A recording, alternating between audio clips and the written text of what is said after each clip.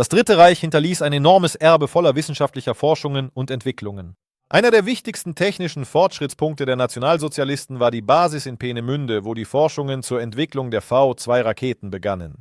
Diese Errungenschaften zeigten der Welt, dass solche Technologien die Situation auf den Schlachtfeldern erheblich verändern können. Doch man darf nicht vergessen, dass hinter den Kulissen verborgener Labors noch düsterere Experimente stattfanden. Die medizinischen Experimente, die in Konzentrationslagern an wehrlosen Menschen durchgeführt wurden, schockierten durch ihre Grausamkeit und wurden zum Symbol der Unmoral jener Zeit. Diese wissenschaftlichen Hallen waren nicht nur Zeugen von Erfolgen in Ingenieurwesen und Chemie, sondern auch von gescheiterten Versuchen, unglaubliche Waffen zu erschaffen, die dem Reich einen entscheidenden Vorteil verschaffen sollten. Nazi-Deutschland investierte Ressourcen in zahlreiche Projekte, um sich einen Vorteil im Krieg zu verschaffen. Düsenantriebe, Nervengase und Experimente zur Entwicklung von Atomwaffen waren Teil dieses wahnsinnigen Wettlaufs. Unter den zahlreichen Forschungen, die die Nazis zu verwirklichen versuchten, gelangten nur wenige bis zur tatsächlichen Anwendung im Kriegsgeschehen. Obwohl okkulte Forschungen oft in urbanen Legenden erwähnt werden, war die Realität weitaus bodenständiger und blieb in den meisten Fällen lediglich im experimentellen Stadium. Diese Versuche zeigten, wie weit Menschen gehen können, wenn sie vom Streben nach Macht besessen sind. Kommen wir nun zu einem der rätselhaftesten Projekte. Einem Experiment, das von Mythen und Gerüchten umgeben ist, dessen Spuren jedoch in der Geschichte erhalten geblieben sind. Das rätselhafte Projekt Die Glocke. Unter den zahlreichen Mythen, die mit den nationalsozialistischen Wissenschaftlern verbunden sind, nimmt die Geschichte um Die Glocke oder Die Glocke eine besondere Stellung ein. Erstmals im Jahr 2000 von einem polnischen Journalisten erwähnt, fesselte diese Geschichte die Fantasie vieler Menschen. Doch bis heute gibt es keine dokumentarischen Belege dafür. Dennoch ist sie so faszinierend, dass man gar nicht umhin kann, in ihre Details einzutauchen. Des Glocke soll angeblich eine Metallkonstruktion gewesen sein, etwa 4,5 Meter hoch und 3 Meter im Durchmesser. Im Inneren, so heißt es in den Legenden, rotierten 2 Bleizylinder, die mit einer Substanz mit dem Codenamen Xeru 525 gefüllt waren. All dies sind jedoch nur Vermutungen, die nicht durch Fakten belegt sind. Es wird erzählt, dass das Gerät während des Betriebs ein unnatürlich blass-violettes Licht ausstrahlte und so eine geheimnisvolle Atmosphäre schuf. Die Geschichten über dieses Projekt beinhalten auch den Namen einer realen historischen Figur, General Hans Kammler, der tatsächlich zahlreiche geheime Nazi-Projekte leitete. Die Verbindung Kammlers mit der Glocke bleibt jedoch lediglich Teil einer Legende ohne offizielle Bestätigung. Und alle Beschreibungen ihrer angeblich mystischen Fähigkeiten, wie die Kontrolle über Zeit und Raum, wurden eher Teil von Verschwörungstheorien als tatsächlich existierenden strategischen Initiativen. Es ist wichtig zu bedenken, dass offizielle Quellen weder die Existenz des Geräts noch die angeblichen Experimente bestätigen. Erwähnungen seiner wundersamen Eigenschaften sollten als ein Element der Mystifizierung betrachtet werden, das im Schatten unzureichender historischer Daten verbleibt. Trotzdem regt die Geschichte der Glocke weiterhin die Fantasie an und findet ihren Widerhall in den Medien und der Kultur. Doch sollte man sich nicht bei einer einzigen Vermutung aufhalten, denn am Horizont taucht eine weitere, nicht weniger fesselnde Geschichte über die potenziellen Technologien des Reiches auf. Die Druckwelle und ihre Rolle. Während des Zweiten Weltkriegs machte der technische Fortschritt riesige Sprünge und das nationalsozialistische Deutschland versuchte, jede Möglichkeit für seine Zwecke zu nutzen. Der Begriff Wunderwaffe, also Wunderwaffe, war ein Symbol der Hoffnung auf die Übernahme der strategischen Initiative. Eines dieser Projekte war die Entwicklung der V1 und V2-Raketen, die den Ansatz der Kriegsführung tatsächlich veränderten. Obwohl es keine konkreten Daten über die Entwicklung eigenständiger Waffen auf Basis akustischer oder vibrierender Stoßwellen gibt, ist bekannt, dass das Phänomen der Stoßwelle im Zusammenhang mit Explosionen und Überschallbewegungen untersucht wurde. Diese Forschungen wurden im Rahmen der Bemühungen durchgeführt, die Effektivität bestehender Waffentypen zu erhöhen. Einige Historiker sind der Ansicht, dass die Nationalsozialisten aktiv bestrebt waren, die Physik dieses Phänomens zu verstehen, um ihre Kampffähigkeiten zu verbessern. Allerdings wurden keine geheimen Projekte zur Erzeugung von Stoßwellen entdeckt. Die Geheimhaltung und das Streben nach neuen Technologien, die für das NS-Regime charakteristisch waren, haben zahlreiche Legenden über andere Wunderwaffen hervorgebracht. Eine davon betrifft die sogenannten fliegenden Untertassen. Gerüchte über deren Entwicklung halten sich bis heute, obwohl es keine stichhaltigen historischen Belege dafür gibt. Doch die Erfindungsgabe und die Ambitionen des Dritten Reiches sind tatsächlich beeindruckend. Und im nächsten Teil werden wir weiterhin die Fakten und Mythen rund um diese angeblichen Technologien untersuchen. Mythen und Realität der fliegenden Untertassen. Zur Zeit des Zweiten Weltkriegs kursierten zahlreiche Gerüchte über unglaubliche Entwicklungen des Dritten Reiches. Und eine dieser Geschichten waren die fliegenden Untertassen, die angeblich von nationalsozialistischen Ingenieuren entwickelt wurden. Diese geheimnisvollen Geräte, die unter dem Codenamen V7 bekannt sind, standen lange Zeit im Mittelpunkt des Interesses und lösten heftige Debatten aus. Obwohl die Träume von Flügen mit Antigravitation und blitzschnellen Manövern die Fantasie beflügeln, sind sie schwer zu bestätigen. Tatsächlich gibt es Hinweise darauf, dass die Prototypen auf herkömmlichen Strahltriebwerken und klassischen aerodynamischen Prinzipien basierten. Berichte über lautlose Maschinen, die den Himmel durchqueren, wurden schnell zu Legenden und Fantasien. In den Archiven gibt es keine überzeugenden Beweise für die Unterstützung des Antigravitationskonzepts oder ähnlicher Technologien. Viele Behauptungen über die Entwicklung von fliegenden Untertassen stammen aus Nachkriegszeugenaussagen und vermischen Realität mit Fiktion. Historiker betrachten solche Geschichten kritisch und weisen auf offensichtliche Lücken in der Dokumentation hin. Die Erzählungen ehemaliger SS-Offiziere dienen eher der Verbreitung von Mythen als verlässlichen Fakten. Mythen über geheime Archive oder streng geheime Entwicklungen entbehren jeder Grundlage. Die der Öffentlichkeit zugänglichen Dokumente bestätigen viele dieser Legenden nicht. Dennoch darf man das Streben des nationalsozialistischen Deutschlands nach technologischem Überlegenheitsanspruch nicht unterschätzen. Der allgegenwärtige Wunsch, Wunderwaffen zu entwickeln und die Grenzen der Realität zu verwischen, hätte zwangsläufig Spuren in der Geschichte hinterlassen. Doch in dieser Geschichte gibt es immer noch viele unerforschte Seiten, die zum Nachdenken anregen. Eines dieser nicht weniger faszinierenden Themen ist mit der Energie der Natur und geheimnisvollen Projekten verbunden, die die Nazis hätten entwickeln können. Die Mjölnir-Theorie. Sicherlich haben Sie schon von den Plänen der Nazis gehört, eine unglaubliche Waffe zu erschaffen, die den Ausgang des Krieges innerhalb von Minuten hätte verändern können.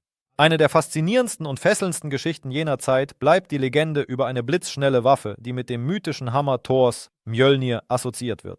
Trotz fehlender verlässlicher historischer Daten über tatsächliche Technologien, die die Energie des Blitzes nutzten, beflügelten solche Ideen die Fantasie der Menschen und tauchten sogar in der Propaganda des Dritten Reiches auf.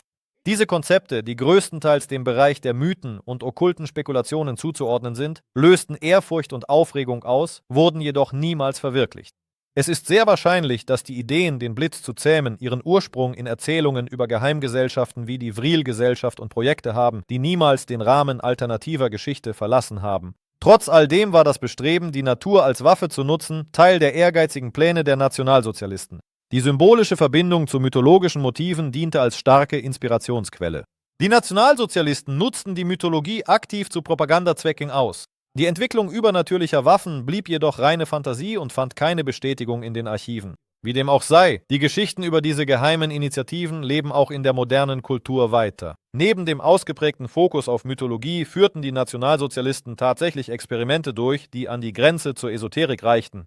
Gesellschaften, die nordische Mythen und pseudowissenschaftliche Ideen erforschten, tragen nur zur Mystifizierung bei, liefern aber keine wirklichen Belege für die geschaffenen Projekte. Doch das Potenzial der menschlichen Fantasie, selbst in ihrer dunkelsten Ausprägung, überrascht weiterhin und verlangt unsere besondere Aufmerksamkeit für das globale Spiel der Kriegstechnologien, das viele weitere interessante Richtungen verbarg. Die übernatürlichen Verbündeten des Dritten Reiches.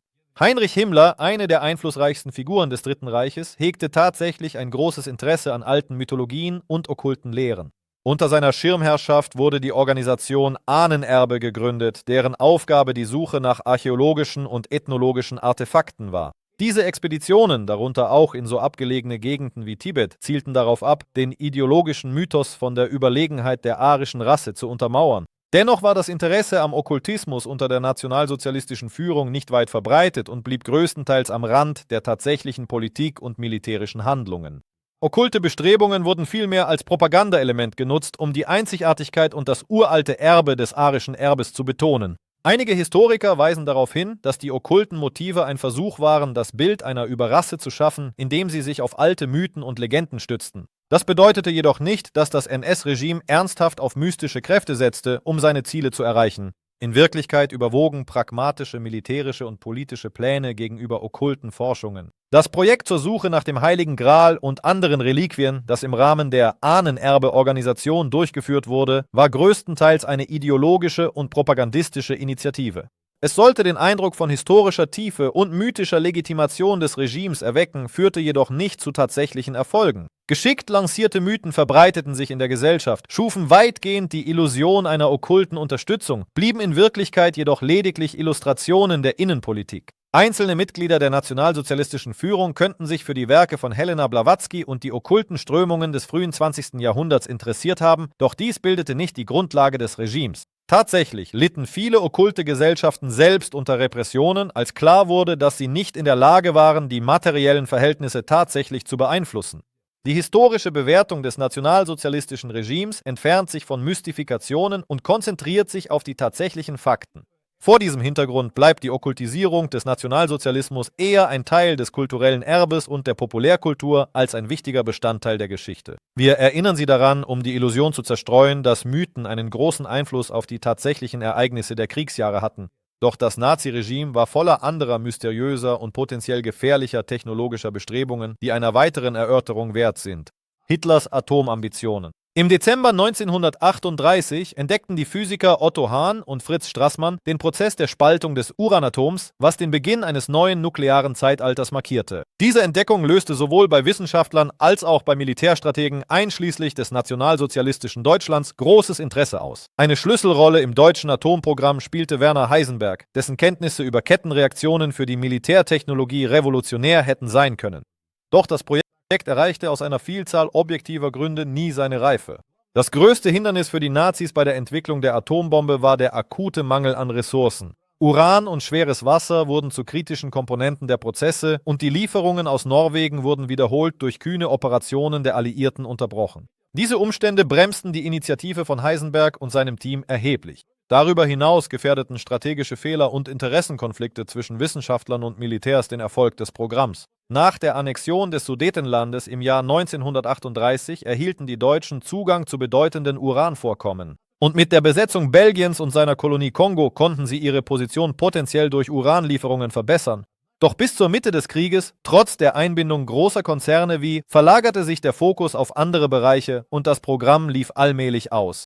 Heute diskutieren Wissenschaftler und Historiker weiterhin darüber, wie nah die Nazis tatsächlich an der Entwicklung von Atomwaffen waren. In den letzten Kriegsjahren, als Deutschland am Rande der Niederlage stand, wurde am Atomprojekt unter angespannten Bedingungen gearbeitet, doch die Waffe nahm nie eine praktische Form an. Der Wirbel wissenschaftlicher Ambitionen und diplomatischer Spiele jener Zeit hat viele Fragen offen gelassen. Ebenso faszinierend bleiben wohl die Versuche der Nazis, schwer zugängliche Regionen wie die Antarktis zu erschließen, was ebenfalls seine eigenen Geheimnisse birgt. Die geheime Basis in der Antarktis. Am 17. Dezember 1938 verließ das Schiff Schwabenland den Hamburger Hafen. Es steuerte auf das Ende der Welt zu, in die Antarktis. Kapitän Alfred Ritscher, ein erfahrener Polarforscher, leitete die deutsche Antarktis-Expedition, deren Mission sich von den üblichen Stereotypen unterschied. Ihr Ziel war friedlich. Sie wollten das Eis und die Landschaften des Gebiets kartografieren und erforschen, das sie Neuschwabenland nannten. Neuschwabenland, ein Teil des Königin-Maud-Landes zwischen 4,50 Grad und 16,30 Grad östlicher Länge, wurde zum Gegenstand territorialer Ansprüche Deutschlands. Die Hauptmission der Expedition wurde jedoch bereits im Januar 1939 abgeschlossen. Trotz der Bedeutung dieser Forschungen hat die Verschwörungstheorie einen ganzen Schatten um den Namen Neuschwabenland geworfen und Gerüchte über geheime Basen und Technologien hervorgebracht. Einige Quellen sprechen von einem regelrechten Kloster der Verschwörungstheorien, die mit unterirdischen Basen und geheimnisvollen Bauwerken in Verbindung stehen. Dies wurde jedoch von Historikern nie bestätigt. Das sind Geschichten über geheime Entwicklungen, die die Fantasie beflügeln, uns aber ohne konkrete Fakten oder Beweise zurücklassen. Obwohl die rechtlichen Ansprüche Deutschlands ihre Gültigkeit verloren haben, leben die Mythen um Neuschwabenland weiter. Erwähnungen der V3-Rakete oder damit verbundener Militärtechnologien fehlen in diesem Zusammenhang in anerkannten Quellen und bleiben Teil spekulativer Texte. Dennoch erlischt das Bestreben, die Wahrheit über jene Jahre herauszufinden, nicht, und in unserem nächsten Abschnitt werfen wir einen Blick auf das Arsenal, das das nationalsozialistische Deutschland auf andere Weise entwickelte. Der Aufstieg der tödlichen V3-Raketen. In der Mitte des Zweiten Weltkriegs hegte das nationalsozialistische Deutschland Pläne, ein beispielloses Artilleriesystem namens V3 zu schaffen, das keinen Raketenantrieb in seinem Arsenal hatte. Dieses erstaunliche Projekt nannten die Nazis Hochdruckpumpe und es wurde zum Symbol für den Versuch, eine Langstreckenartillerie zu entwickeln, um London zu beschießen. Die Anlage sollte sich in der Normandie befinden und Ziele in über 100 Meilen Entfernung treffen. Sie war als echte mehrstufige Kanone konzipiert. Das Geheimnis dieser ungewöhnlichen Technologie lag in der Nutzung des Kaskadenprinzips zur Beschleunigung des Geschosses. Jede nachfolgende Pulverladung erhöhte die Geschwindigkeit des bereits bewegten Projektils und beschleunigte es so auf unglaubliche Geschwindigkeiten. Das Prinzip ähnelt dem von Dominosteinen. Das Geschoss durchlief zahlreiche Ladungen entlang des Laufs, die nacheinander detonierten und diese Bewegung in enorme kinetische Energie umwandelten. Diese in unterirdischen Tunneln installierten Artilleriesysteme waren innovativ, doch ihre Ausrüstung und Umsetzung erwiesen sich als kompliziert und anfällig für Luftangriffe. Durch die Bombardierungskampagne der Alliierten, die sich auf die V3 richtete, wurden die Anlagen stark zerstört, sodass das System nie in den Kampfeinsatz gehen konnte. Die Anlagen in La Ferté-Saint-Sébastien blieben lediglich ein Konzept. Doch allein die Tatsache, dass eine derart ambitionierte Technologie entwickelt wurde, zeugt vom Bestreben der Nationalsozialisten, traditionelle Artillerieprinzipien herauszufordern. Die V3 war mehr als nur eine Konstruktion.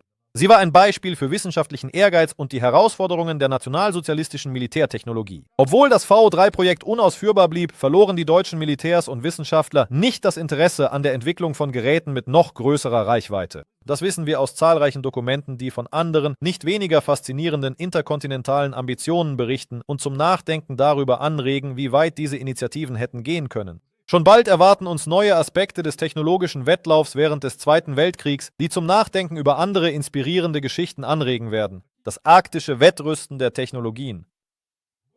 Während des Zweiten Weltkriegs wurde die Arktis zu einer strategisch wichtigen Region, in der das nationalsozialistische Deutschland bestrebt war, seine Positionen zu stärken. Das Ziel war der Aufbau von Militärbasen und Wetterstationen, um die Operationen der Marine entlang der Nordseeroute zu unterstützen und die alliierten Streitkräfte zu überwachen. Eines der bekanntesten Objekte war die geheime Basis Schatzsucher auf der Insel Alexandraland. Von 1943 bis 1944 umfasste die Basis einen Wetterbeobachtungsposten, Lagerhäuser, Wohnräume und Ausrüstung für die Funkpeilung, was es den Nazis ermöglichte, die Bewegungen der Alliierten zu verfolgen.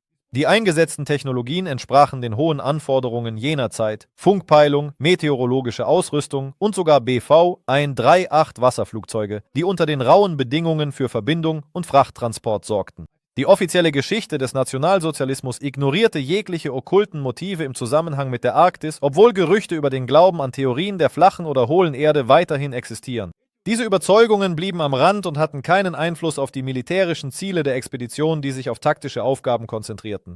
Die Situation auf der Basis Kladiskartel verschärfte sich im Herbst 1944, als das Personal an Trichinellose erkrankte, nachdem es rohes Fleisch von Eisbären verzehrt hatte, was zur Evakuierung der verbliebenen Personen führte. Dennoch bleiben die Tatsache der Existenz und das Ausmaß der Stationierung für Historiker, die nicht geschlossene Archive und Dokumente untersuchen, von Interesse. Obwohl das Mysterium um die deutschen Arktis-Operationen weiterhin besteht, zeigen bereits veröffentlichte Daten, dass die Ziele der Expedition militärischer Natur waren und Teil des Versuchs, der nationalsozialistischen Führung einen Vorteil in dieser abgelegenen Region zu verschaffen. Vor uns liegt eine weitere verworrene Geschichte, die mit der Entschlüsselung der Nazi-Codes und der Rolle, die sie in diesem globalen Spiel spielten, verbunden ist. Kryptografischer Erfolg. Die Enigma-Maschine, erfunden vom deutschen Ingenieur Arthur Scherbius im Jahr 1918, wurde später zu einem der wichtigsten Verschlüsselungsinstrumente im nationalsozialistischen Deutschland. Doch wer hätte gedacht, dass gerade polnische Kryptographen es waren, die ihren Schutz im Jahr 1932 als erste durchbrachen? Die Bemühungen von Marian Rejewski und seinem Team legten das Fundament, das noch vor Kriegsbeginn an die Alliierten weitergegeben wurde. Gerade dank der polnischen Errungenschaften begannen die Briten mit der Arbeit an der Entschlüsselung der Enigma. Alan Turing, eine der Schlüsselfiguren von Bletchley Park, entwickelte die Bombe, ein spezialisiertes Analysegerät, das den Prozess der Entschlüsselung von Nachrichten beschleunigte. Gemeinsame Anstrengungen, die die Analyse abgefangener Daten und Fehler der Operatoren einschlossen, ermöglichten es, Details der deutschen Kommunikation aufzudecken. Die Enigma öffnete den Alliierten die Türen zu strategischen Informationen, ermöglichte die Vorhersage von Truppenbewegungen, das Abfangen von Kommunikation und die Verhinderung von Angriffen. Es handelte sich um eine mehrstufige Operation, die Kryptoanalyse und das Abfangen von tausenden Nachrichten vereinte, half Leben zu retten und die Initiative auf operativer Ebene zu ergreifen. Die Arbeit der Kryptographen wurde zur Inspiration für zukünftige Forschungen im Bereich der Computertechnik. Ihre Arbeit gab den Ideen einen mächtigen Impuls und legte damit das Fundament für die Entwicklung moderner Computer. Doch hinter dieser Geschichte verbergen sich noch nicht weniger faszinierende Kapitel, über die man nicht schweigen darf. Der Weg der deutschen wissenschaftlichen Elite, deren Innovationen einen unauslöschlichen Eindruck in der Nachkriegswelt hinterließen. Nach dem Krieg die Migration der Köpfe. Nach dem Ende des Zweiten Weltkriegs starteten die Vereinigten Staaten von Amerika eine ehrgeizige Operation mit dem Namen Operation Paperclip. Dieses Programm, das offiziell im September 1946 von Präsident Harry Truman genehmigt wurde, hatte das Ziel, talentierte deutsche Wissenschaftler abzuwerben, um sie für das Wohl Amerikas arbeiten zu lassen. Die Alliierten strebten danach, ihr Wissen im Raketenbau und anderen fortschrittlichen Technologien zu nutzen, um ihre militärischen und wissenschaftlichen Positionen zu stärken. Im Rahmen der Operation Paperclip wurden etwa 1600 deutsche Spezialisten und ihre Familien in die Vereinigten Staaten gebracht. Unter ihnen fanden sich so herausragende Wissenschaftler wie Wernher von Braun und Arthur Rudolph. Das waren Ingenieure, deren Entwicklungen insbesondere im Bereich der Raketentechnologie zur Entstehung und zum Aufschwung des NASA-Raumfahrtprogramms führten, einschließlich der berühmten Saturn-V-Rakete. Man darf jedoch nicht vergessen, dass viele dieser Wissenschaftler eine umstrittene Vergangenheit im Zusammenhang mit dem NS-Regime hatten, was zahlreiche ethische Fragen aufwarf.